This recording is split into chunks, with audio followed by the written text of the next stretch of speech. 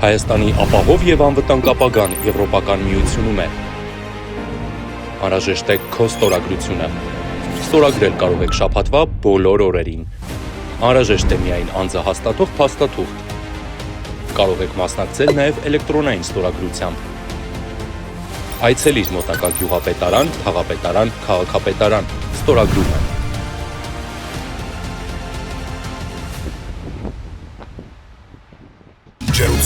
Ուրեմն իդեալ։ Ձեր բերեք ձեր բնակարանի ջերուցման համակարգը իդեալ համակարգի խանութ սրահներից սկսած 259,900 դրամից. Which is entitled Global Order and Democracy, a Map for the South Caucasus. My name is Anja Velashuk, and I'm the international editor at the German newspaper Tagesspiegel. And please join me in a warm welcome to our panelists this morning. Ararat Mիրզոյան, he is the foreign minister of Armenia. Please join me in giving him a hand and welcoming to this panel. Ararat Mիրզոյան has been his country's foreign minister since 2021. From 2018 to 2019, he was the deputy prime minister of his country. He served 2 terms as a member of parliament. And from 2019 to 2021, he was the president of his country's parliament. Thank you so much for joining us. We'll, of course, look specifically at Armenia today. But since we're talking about global order, let's start off with a very current development-related topic. Iran, a neighboring country to Armenia, fired more than 100 rockets on Israel last night. Are you concerned that there will be a regional war, and what would be the implications for your country? Well, good morning, everyone. It's a pleasure to be here, and I'm looking forward to an interesting discussion. And the very first question was quite a tough one, I should confess. You know, we in Armenia, if you know the general geopolitical situation and the trends and the policies in South Caucasus, we in Armenia, we do our best to achieve peace in our region. And here we see that some other countries in larger neighborhoods strike each other with missiles. Of course, we are concerned. Of course, we cannot encourage or welcome any escalation, and we can only hope that this conflict finds its soonest possible settlement. Let's zoom in a little bit. The conflict around the Karabakh region has been a driver of conflict between Armenia and Azerbaijan for decades, and a little more than a year ago, following the offensive by Azerbaijan, more than 140,000 people were displaced and found refuge in Armenia. How has Armenia managed to take in this massive influx of people? In terms of only receiving the refugees, the forced displaced population of Nagorno-Karabakh, it was a huge challenge, you know, and I think for any government in the world, it is quite a challenge to receive more than 100,000 refugees in 2-3 days. We did our best to meet the immediate needs of these people, give them shelter, I don't know, food, some things, essential things. And of course, we applied to the assistance of the international community, and we appreciate all the assistance we achieved.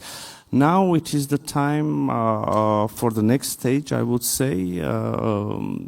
We need to somehow meet the mid-term and longer-term needs. And first of all, here I'm speaking about the housing problem, but also employment and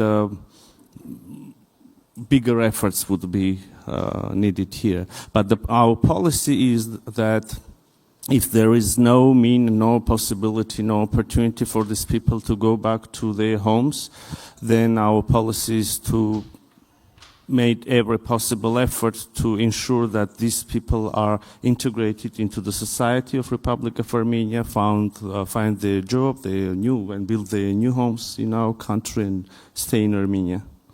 And how has this development impacted your government's efforts to democratization in Armenia? Not only this influx of refugees, but the roots of this issue. I mean, the attack of Azerbaijan, and it happened in 2023, but the whole story started in 2020 when a war was launched by Azerbaijan against Nagorno-Karabakh. And then in the course of the war, or during the aftermath, Azerbaijani forces entered and invaded also into the sovereign territories of Republic of Armenia. So this is the whole story. And of course, in this situation, many in Armenia came up with the questions. They start questioning the efficiency of democracy. And, interestingly, the question was like the following. Okay, democracy is probably good internally for the prosperity of the people, etc. But whether democracy is able to ensure our security as well. So after the war, which I spoke about, a serious internal crisis emerged in Republic of Armenia, and to give some solution to this situation, we decided to have snap parliamentary elections. We had snap parliamentary elections in 2021, and democracy was among the main things which was being discussed during the electoral campaign. Well, fortunately, the political party which was lobbying for democracy, my political party, we won the elections and formed the government. So this means that citizens of Armenia supported two things. First of all, peace agenda of the government, and also the further democratization of the country. How have these developments impacted the population's stance towards Russia? Russia used to hold its hand over Armenia in this conflict, but stood by when the Azerbaijani offensive came last year. Has this pushed Armenians away from Russia, possibly towards Europe? Very interesting question, and it's not a secret anymore that there is a huge frustration in Armenian society regarding the Russia's assistance and alliance with Russia, because for decades people of Armenia was thinking that if something like this happens, Russia will help us, will protect us, etc., etc. So now people of Armenia saw that this is not the case.